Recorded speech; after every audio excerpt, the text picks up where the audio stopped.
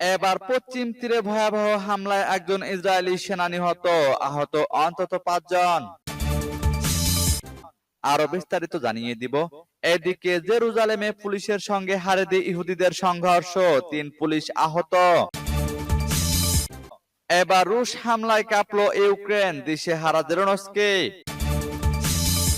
এদিকে পরমাণু অস্ত্র নিয়ে আবারও হুমকি রাশিয়ার। আরো জানিয়ে দিব, এবার কৃত্রিম বুদ্ধিমত্তা নিয়ে সামরিক প্রস্তুতির পরিকল্পনা ইরানের বিপ্লবী গার্ডের। এদিকে প্রতি মাসে 50,000 করে সেনা হারাচ্ছে ইউক্রেন, দাবি রাশিয়ার। এবার ইউক্রেনে ক্ষেপণাস্ত্র পাঠালো ইসরায়েল, দাবি রিপোর্টে।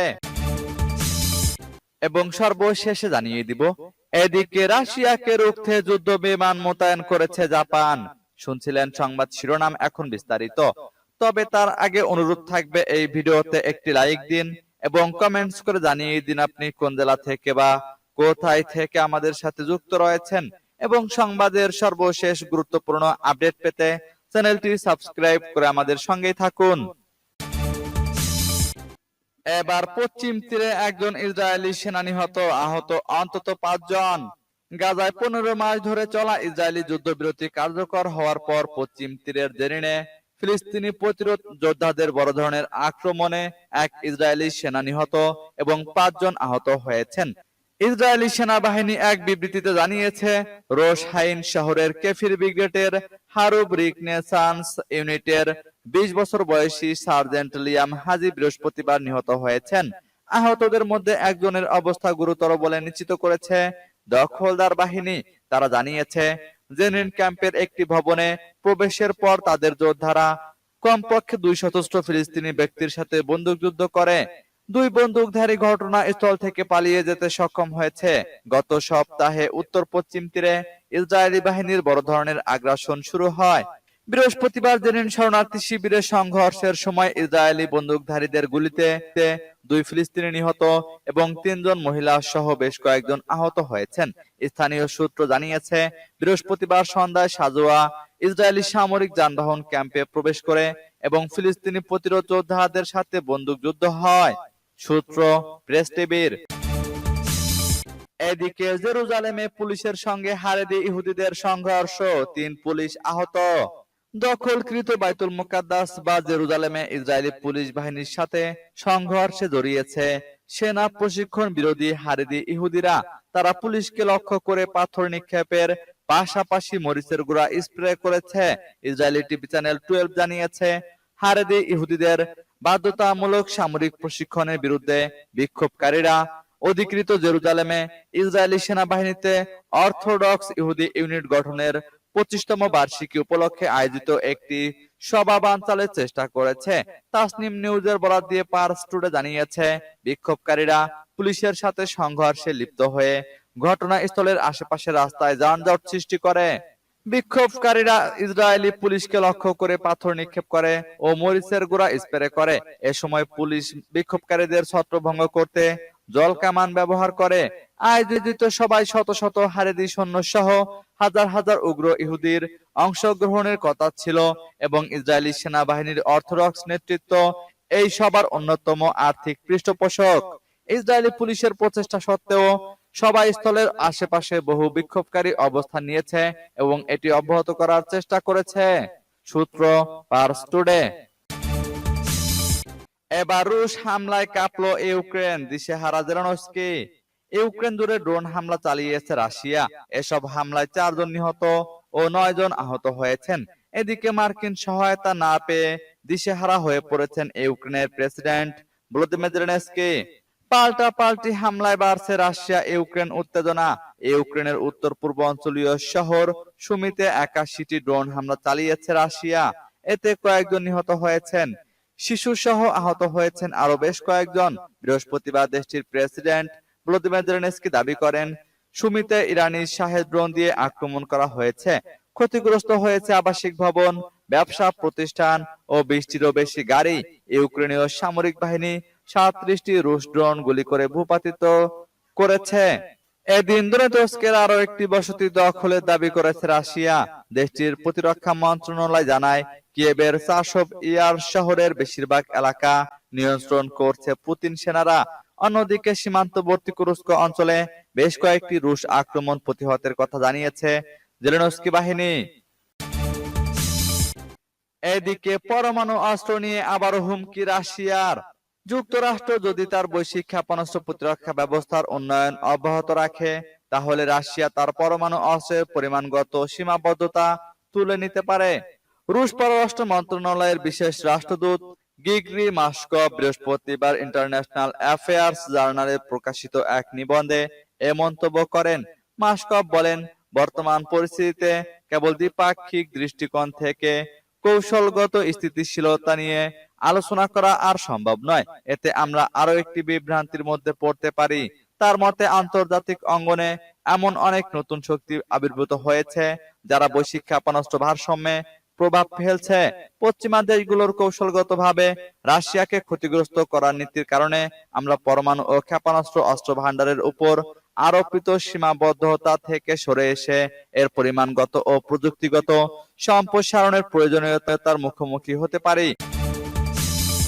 এবার কৃত্রিম বুদ্ধিমত্তা নিয়ে সামরিক প্রস্তুতির পরিকল্পনা ইরানের বিপ্লবী গার্ডের।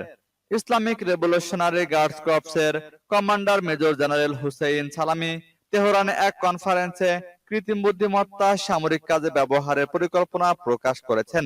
তিনি বলেন, আইআরজিসি নৌবাহিনী এবং আকাশ প্রতিরক্ষা ব্যবস্থায় এআই প্রযুক্তি ব্যবহার করবে। বৃহস্পতিবার এক প্রতিবেদনে এ খবর দিয়েছে মেহের নিউজ। সালামি জানান, এআই এর মাধ্যমে আইআরজিসি নৌবাহিনী শত্রু নৌযান শনাক্ত করতে এবং লক্ষ্যবস্তুতে আঘাত করতে সক্ষম হবে। এমনকি শত্রু তার ট্রান্সপন্ডার বন্ধ করলেও বা অবস্থান পরিবর্তন করলেও। তিনি বলেন, এআই শত্রু নৌযানগুলির কেন্দ্রবিন্দুতে আঘাত হানতে সাহায্য করবে, যা ড্রোন আক্রমণের ফলে বড় শত্রু নৌযানকেও ক্ষতি না করার সম্ভাবনা কাটিয়ে উঠবে। আইআরজিসি কমান্ডার আরো বলেন, এআই শত্রু লক্ষ্যবস্তু থেকে সঠিক এবং দ্রুত সিদ্ধান্ত নিতে সক্ষম, যা মানবিক ত্রুটি কমাতে সাহায্য করবে। এছাড়া এআই এর ব্যবহার অন্যান্য গুরুত্বপূর্ণ ক্ষেত্রেও, যেমন পরিবহন, স্বাস্থ্যসেবা এবং বেসামরিক বিমান চলাচলে খুবই কার্যকরী প্রমাণিত হবে। এদিকে প্রতি মাসে 50,000 করে সেনা হারাচ্ছে ইউক্রেন, দাবি রাশিয়ার। রাশিয়ার সঙ্গে যুদ্ধে প্রতি মাসে প্রায় 50,000 করে সেনা হারাচ্ছে ইউক্রেনের সেনাবাহিনী। গত 6 মাস ধরে এমনটা ঘটছে বলে দাবি করেছে রুশ প্রতিরক্ষা মন্ত্রণালয়। খবর আরটির। প্রতিরক্ষা মন্ত্রণালয়ের বিবৃতিতে বলা হয়েছে, চলতি জানুয়ারি মাসে ইতোমধ্যেই 51,960 জন সেনা হারিয়েছে ইউক্রেনীয় বাহিনী। তার আগের মাস ডিসেম্বরে এই সংখ্যা ছিল 48,470 জন এবং নভেম্বরে ছিল 60,805 জন। তবে প্রতি মাসে যে পরিমাণ সেনা হারাচ্ছে ইউক্রেন, সেই তুলনায় নিয়োগে ঘাটতি থেকে যাচ্ছে। রুশ প্রতিরক্ষা মন্ত্রণালয়ের বিবৃতি অনুসারে প্রতি মাসে গড়ে 30,000 নতুন সেনা নিয়োগ দিচ্ছে ইউক্রেনের সেনাবাহিনী। এছাড়া বাহিনী থেকে সেনাদের পলায়নের ঘটনাও ঘটছে নিয়মিত। 2022 সালের ফেব্রুয়ারির শেষ সপ্তাহ থেকে যুদ্ধ শুরুর পর এ পর্যন্ত ইউক্রেনীয় বাহিনী থেকে প্রায় 1 লাখ সেনা পালিয়েছেন বলে দাবি করেছে রুশ মন্ত্রণালয়। সেনাবাহিনীতে নিয়োগ আরো বাড়াতে ইউক্রেনের প্রেসিডেন্ট বাহিনীতে বাধ্যতামূলক যোগদানের বয়স 25 থেকে 18 বছরে নামিয়ে আনার জন্য ভ্লাদিমির জেলেনস্কির উপর চাপ ছিল পশ্চিমা বিশ্বের।